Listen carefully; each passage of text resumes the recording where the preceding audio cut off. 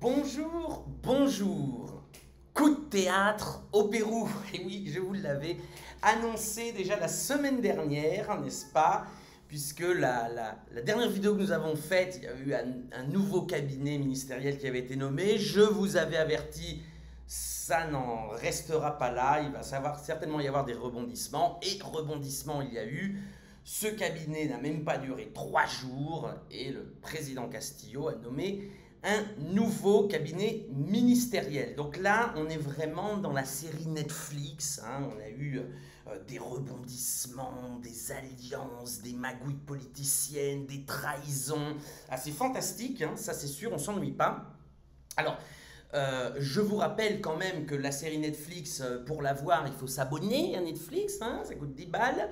Donc, je vous invite à nous soutenir, à soutenir le site Les Deux Rives, www.lesdeuxrives.info pour avoir accès à un autre point de vue, un autre son de cloche sur l'Amérique latine et en l'occurrence sur le Pérou, puisque l'analyse que nous allons faire maintenant est le produit d'enquête, puisque je suis en ce moment à Lima, et de liens avec des acteurs de la politique péruvienne. Donc c'est une analyse évidemment que vous ne trouverez nulle part ailleurs. Donc n'hésitez pas à nous soutenir sur les deux rives, à soutenir les deux rives. Bon, la page de pub est en fait, la nécessaire page de pub est en fait, nous allons directement voir ce nouveau cabinet. Donc l'ancien était vraiment imprésentable. Je vous renvoie à la vidéo d'il y a une semaine, à l'analyse que nous avions faite. Le cabinet ministériel a été modifié, mais il y a plusieurs secteurs qui n'ont pas été touchés par rapport au cabinet d'il y a une semaine. Alors nous, le Pérou a donc un nouveau Premier ministre dans la figure de Aníbal Torres. Donc Aníbal Torres est un juriste reconnu, reconnu et apprécié dans le pays. Un soutien de la première heure de Castillo, puisque il avait participé au soutien, on va dire, légal de la candidature de Castillo. Il avait été aussi un conseiller de thèmes juridiques et il avait été nommé dès le premier cabinet. Oh, j'ai l'impression que ça remonte à longtemps tout ça, et non, ça remonte à 6 mois. Il avait été nommé ministre de la Justice dans les 3 cabinets précédents, et donc il assume dès aujourd'hui le poste de Premier ministre. Donc c'est quelqu'un qui effectivement pourrait être un professionnel reconnu. Il n'est pas évidemment révolutionnaire. Il a eu des prises de position anticommunistes, antimarxistes, mais ça n'en fait pas pour autant un imprésentable comme l'ancien Premier ministre de droite. Loin de là, même s'il avait eu des échanges musclés avec Vladimir Cerrón, le secrétaire général du parti Perú Libre, qui se revendique, lui, révolutionnaire. On reparlera de ça à la fin de cette vidéo. D'ailleurs, finalement, ces dissensions entre le Premier ministre Aníbal Torres et le secrétaire national du parti révolutionnaire, grand révolutionnaire, Perú Libre, finalement sont arrivés à, on va dire, ont arrivé à modérer leurs différences, puisque Perú Libre hérite de 2 ministères, donc le ministère de la Santé avec M. Condori, et puis le ministère d'énergie et des mines, donc 2 ministères importants qui ont été donnés à des proches de M. Cerrón. Donc là on voit bien qu'il y a eu évidemment une négociation. Ce qui faisait un peu scandale de l'ancien cabinet, le ministère de la Femme, qui avait été donné dans le 3e cabinet de M. Castillo à une personne intégriste, évangéliste, ultra-conservatrice. Donc celle-là, elle a sauté. Et retour à l'envoyeur. Donc on avait dans les 2 premiers cabinets une féministe populaire, Madame Anaïs Durand, Mademoiselle Anaïs Durand. Ensuite, ça a été donné à cette personne ultra-conservatrice. Et là, le ministère revient dans les mains d'une féministe, donc Madame Diana Miloslavic, donc qui, elle, vient du secteur des ONG, voilà, des ONG féministes. Alors, au niveau du ministère de l'Environnement, alors, le ministère de l'Environnement, qui est un ministère, qui est le ministère parmi les ministères qui reçoivent le moins d'argent au Pérou. Néanmoins, c'est un ministère important puisqu'il y a, je vous rappelle, une marée noire. Le Pérou subit les conséquences d'une marée noire en ce moment, donc provoquée par l'entreprise espagnole Repsol. Le poste de ministre de l'Environnement a été donné, alors ça j'aime beaucoup, ça fera certainement discuter en France puisqu'il me semble que c'est un thème de campagne électorale, mais le ministère de l'Environnement a été donné à un physicien nucléaire et formé en France, francophone et francophile, que j'avais interviewé il y a quelques mois. Une personne, bon, alors là pour le coup, avec toutes les créances pour pouvoir adopter ce type de ministère, Monsieur Modesto Montoya, c'est son nom, était prédestiné, entre guillemets, à fonder et occuper le poste de ministre des Sciences, car il n'existe pas de ministère de la Science et de la Technologie au Pérou. C'était une promesse de campagne de Castillo, mais pour cela, il faut passer par le Parlement. Voilà. Néanmoins, Monsieur Montoya, donc ce physicien nucléaire, hérite du poste du ministère de l'Environnement. Alors, au ministère de la Culture, Alejandro Salas, qui porte très bien son nom, a été reconduit. Donc Alejandro Salas avait lui-même fait scandale puisqu'il avait déclaré dans un échange avec un Chilien, il l'avait insulté de sale négro de merde, et puis s'était prononcé par des tweets, en l'occurrence anticommunistes, se riant de la mort d'un manifestant, disant que c'était un rouge de moins et que c'était tant mieux pour le Pérou. Cette personne reste en place au ministère de la Culture, ministère très important quand même, le ministère de la Culture au Pérou, puisque je vous rappelle qu'il y a plusieurs cultures qui cohabitent dans cet ensemble territorial qu'est le Pérou. Et puis le poste de ministère de la Culture chapeaute aussi les médias publics. Donc ce n'est pas rien, donc ce ministre reste en place. Et évidemment, et alors là c'est je dirais le nœud, on va dire, du nouveau cabinet ministériel, le ministre de l'économie, donc qui est un ultralibéral, membre du lobby des fonds de pension, reste en place. Donc nous avons un monétariste à la Banque centrale péruvienne et un ultralibéral à la conduite de l'économie. Vous avez vu, je fais attention à mes hispanismes dans la dernière vidéo, je parlais de conduction. Évidemment, ce mot n'existe pas en français. Donc évidemment, celui qui a les rênes de l'orientation économique du pays, voilà, est une personne, pour le coup, fortement ancrée dans le néolibéralisme. Voilà. Et voilà, donc pour le reste, les ministères ne changent pas par rapport à ce qui avait été décrété dans le précédent cabinet, notamment le ministère de la Défense, qui a été donné à un contre-amiral. Alors la marine, au Pérou, dans d'autres pays, c'est le corps d'armée le plus conservateur. Donc là, c'est un contre-amiral qui prend la défense. Le ministère de l'Intérieur, donc c'est un policier. Alors il y a eu déjà un petit scandale puisqu'il a nommé comme vice-ministre celui qui était le secrétaire général du ministère de l'Intérieur. Donc c'est la personne qui s'occupe de tout le côté administratif. Donc cette personne a été nommée vice-ministre, et cette personne, quand elle était secrétaire générale du ministère de l'Intérieur, pendant les révoltes de 2020, qui s'était conclues avec la mort de 2 manifestants. Voilà, donc évidemment ça fait un petit scandale.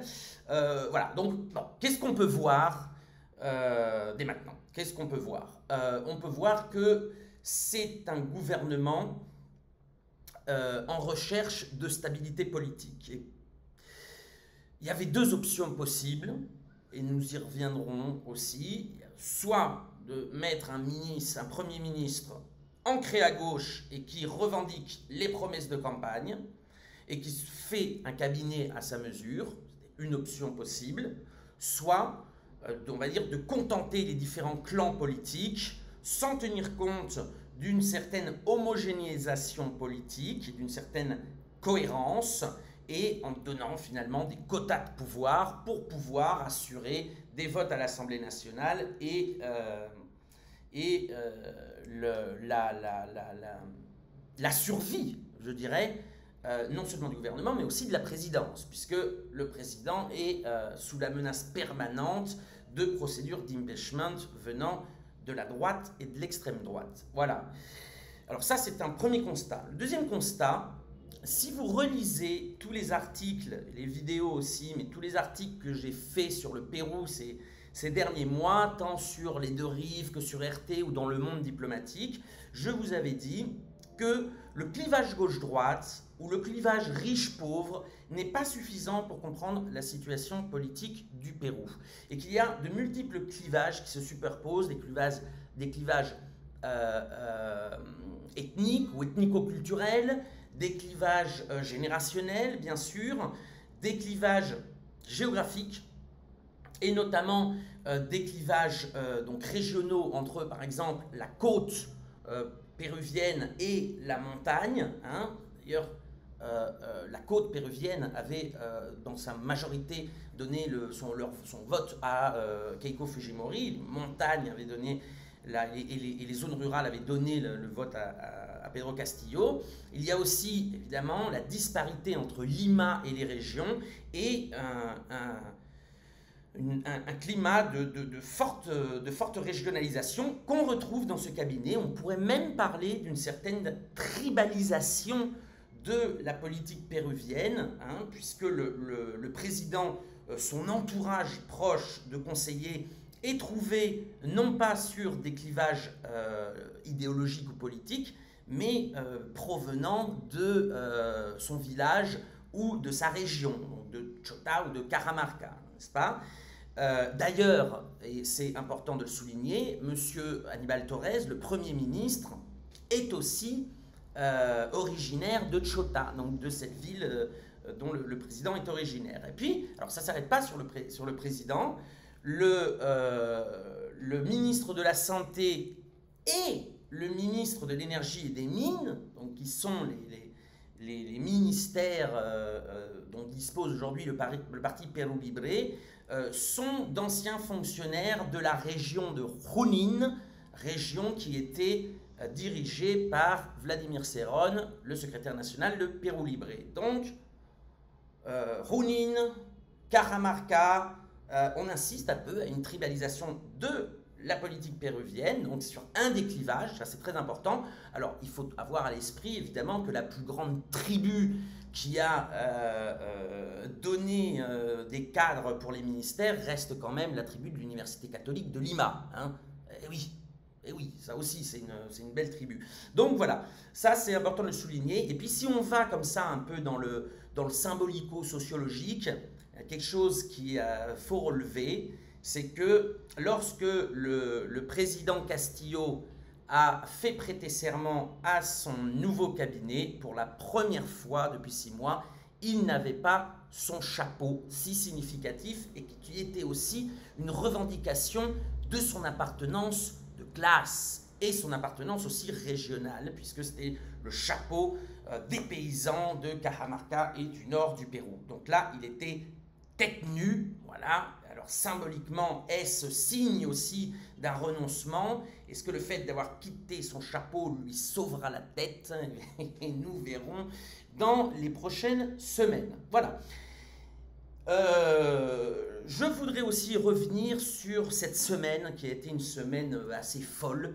Un peu pour reprendre des vieux mots de romans historiques, les 7 jours qui ont changé le Pérou, non?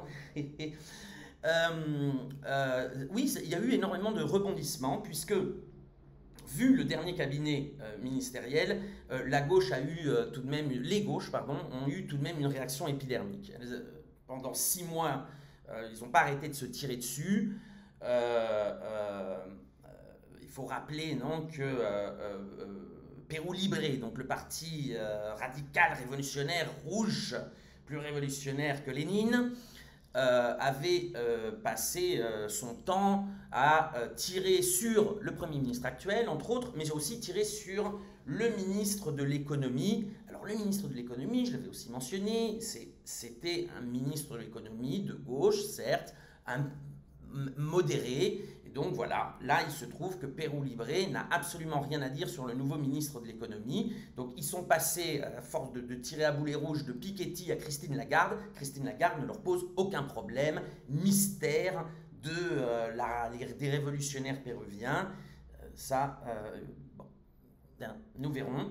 Mais toujours est-il que cette gauche a une réaction, et les gauches ont une réaction épidermique. Et donc se sont réunis. Alors ça, je vous rappelle, hein, c'est fruit du travail d'enquête, du travail de terrain des deux rives à Lima pendant ces 7 jours qui ont changé le Pérou. Les gauches se sont réunies et ont commencé un processus de négociation pour essayer de maintenir le cap des changements promis durant la campagne. Chacun a mis un peu d'eau dans son vin ou d'eau dans son pisco pour faire un parallèle ou une métaphore régionale. Et effectivement, il y a eu donc, comme je disais, des négociations, et notamment sur plusieurs noms possibles de futurs premiers ministres. Il y a eu pendant un temps une possibilité d'entente sur la figure de l'ancien ministre de la Santé. Et cet ancien ministre de la Santé, qui jouit d'une popularité au sein de la population péruvienne, alors c'est suffisamment rare pour être noté, hein, parce que je ne vous cache pas que la plupart des ministres de Pedro Castillo ne jouissent pas d'une popularité, comme aucun politicien au Pérou. Hein. Alors c'est encore pire chez les députés, chez certains leaders de partis, c'est terrible aussi. Toujours est-il que lui, vu la façon dont il avait géré la politique sanitaire, était très apprécié des Péruviens, bien au-delà des cercles de la gauche. Il jouissait d'une popularité, ce qui lui donnait évidemment un avantage. Par contre, il ne voulait pas prendre le ministère et donc prendre le poste de Premier ministre sans garantie d'un véritable cap politique, et ne voulait pas tomber dans le jeu des quotas. Il voulait imposer ses ministres, et ça évidemment c'est une option qui a été finalement, on le voit aujourd'hui, écartée par le président Castillo. Alors il y a aussi deux choses qui méritent d'être notées. C'est que au moment où la présidente du mouvement Nouveau Pérou, donc qui est une gauche représentant, on va dire, les préoccupations de certains secteurs urbains de classe moyenne radicalisés, et aussi qui tient en son sein certains militants de la gauche populaire, mais aussi des militants des ONG, et puis plusieurs factions d'extrême gauche, notamment trotskistes. Au moment où la présidente de ce parti, donc Anaï Durand, était en pleine négociation, l'ancienne présidente et ex-candidate à la présidentielle, donc Véronica Mendoza, a dit « Nous avons perdu la bataille ». Donc elle donnait elle s'est exprimée sur Twitter, c'est le média privilégié hein, dans les milieux urbains, et puis après elle a été interviewée donc, en disant « Nous avons perdu la bataille », alors que la bataille était en train de se jouer. Hein. Et en pleine négociation, sous l'impulsion, et je suis désolé de le dire, mais c'est comme ça, j'y peux rien, de facteurs gauchistes et trotskistes qui ont fait passer un communiqué dans lequel ils refusaient le nouveau cabinet, alors que le nouveau cabinet était en train de se négocier, et on dit qu'ils ne participeraient pas de toute façon au nouveau cabinet, laissant évidemment la présidente de ce parti recevoir cet énorme coup de poignard dans le dos en pleine négociation, et évidemment en affaiblissant la possibilité de nommer un candidat de consensus au poste de Premier ministre. Hein. Là, la politique des quotas finalement a repris le dessus. Donc là, on voit évidemment l'immaturité totale de cette gauche-là, hein, qui de toute façon n'est pas seulement ni prête pour prendre le pouvoir, mais n'en veut pas. et se contentent finalement de faire une politique de faire de la politique sur les réseaux sociaux et dans certains salons des quartiers de classe moyenne supérieure de la capitale Lima. Ceci étant dit, je ne vais pas non plus épargner dans cette critique du spectre politique de gauche à Perú Libre. Perú Libre, les rouges, les grands révolutionnaires, comme je le disais, qui ont passé leur temps à torpiller un ministre de l'économie certes modéré, qui aussi aujourd'hui se retrouve avec un ultralibéral, comme je l'ai dit. Cela les dérangeait qu'il y ait un Piketty, on peut être d'accord comme ça si on est révolutionnaire et compagnie, mais ils n'ont aucun problème avec une Christine Lagarde. Là je francise un peu pour que vous voyez un peu les enjeux qui se sont donnés, hein, donc, dans le rôle, j'espère que M. Piketty n'y trouvera rien à redire, évidemment, Lagarde je m'en fous, dans le rôle du ministre de l'économie modéré, mais ayant un or de transformation sociale, M. Pedro Franque, dans le rôle de l'ultralibéral, M. Oscar Graham. Voilà. Alors oui, évidemment, et puis ce qui est assez rigolo aussi, c'est toute la bagarre qu'il y a eu pendant des mois entre M. Cerrón et M. Aníbal Torres, donc l'actuel Premier ministre et donc le chef du parti, d'une révolutionnaire, enfin qui se dit révolutionnaire, marxiste-léniniste, mariatéguiste, etc. Et on pourrait dire mariatéguiste ultralibéral si nous n'avions pas peur d'oxymore. Donc ces bagarres, évidemment, se sont apaisées dès qu'il y a eu des respects de quotas de pouvoir. Je rappelle aussi qu'il y a des élections régionales au Pérou en octobre. Et évidemment, les partis ont déjà la tête aussi dans ces élections-là, alors que le Pérou est dans une crise systémique. Je ne mentionne pas les deux autres partis de gauche qui ont participé à sa négociation. Ces négociations qui ont terminé finalement en eau de boudin, hein, chacun par la suite essayant de placer ses pions, parce que ça ne représente pas grand-chose. Alors il n'est pas défunt, mais le Frente Amplio, qui était une alliance des gauches il y a quelques années au Pérou, n'a pas un poids gigantesque aujourd'hui. D'ailleurs, on n'a eu aucun ministère. Et le Juntos por el Perú, qui est un parti politique, et donc qui est un peu une parti politique de franchise, hein, puisque c'était le parti politique qui avait utilisé Verónica Mendoza pour pouvoir se présenter et donner un contenu idéologique à ce parti, donc a hérité du poste de ministre du Commerce extérieur et du Tourisme, poste que cette personne maintient depuis le premier cabinet. Voilà. Alors oui, c'est voilà, il y a quand même on a une crise systémique. Pas sûr que le nouveau cabinet puisse permettre à Castillo d'avoir la paix. D'ailleurs, on le voit en ce moment. Certains des ministres continuent d'être questionnés par le parti médiatique et par les partis de la droite et de l'extrême droite. Il va y avoir un vote de confiance de l'Assemblée nationale dans les prochains jours pour savoir si oui ou non ce cabinet est accepté. Je pense qu'avec la répartition, le saupoudrage des quotas de pouvoir, normalement, ça devrait passer. En revanche, oui, il y a un véritable problème de système politique. Les règles du jeu ne vont plus de soi. Je vais vous donner deux exemples qui sont significatifs. Le Pérou a eu 5 présidents en 6 ans et le Pérou a eu 4 gouvernements en 6 mois. Bon, quand on en est là, on voit bien qu'il y a un véritable problème. Le véritable problème, il trouve ses origines dans la constitution du Pérou. Constitution qui était le produit d'un coup d'État, un auto-coup d'État. Je vous renvoie encore une fois aux articles déjà publiés sur les deux rives, par exemple, sur ce sujet-là.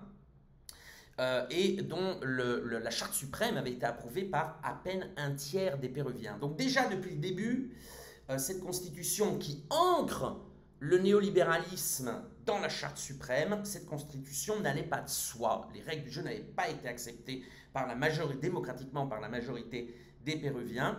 Et aujourd'hui, là, ça fait évidemment problème. Donc le thème de la constituante devrait normalement s'imposer dans les mois qui viennent.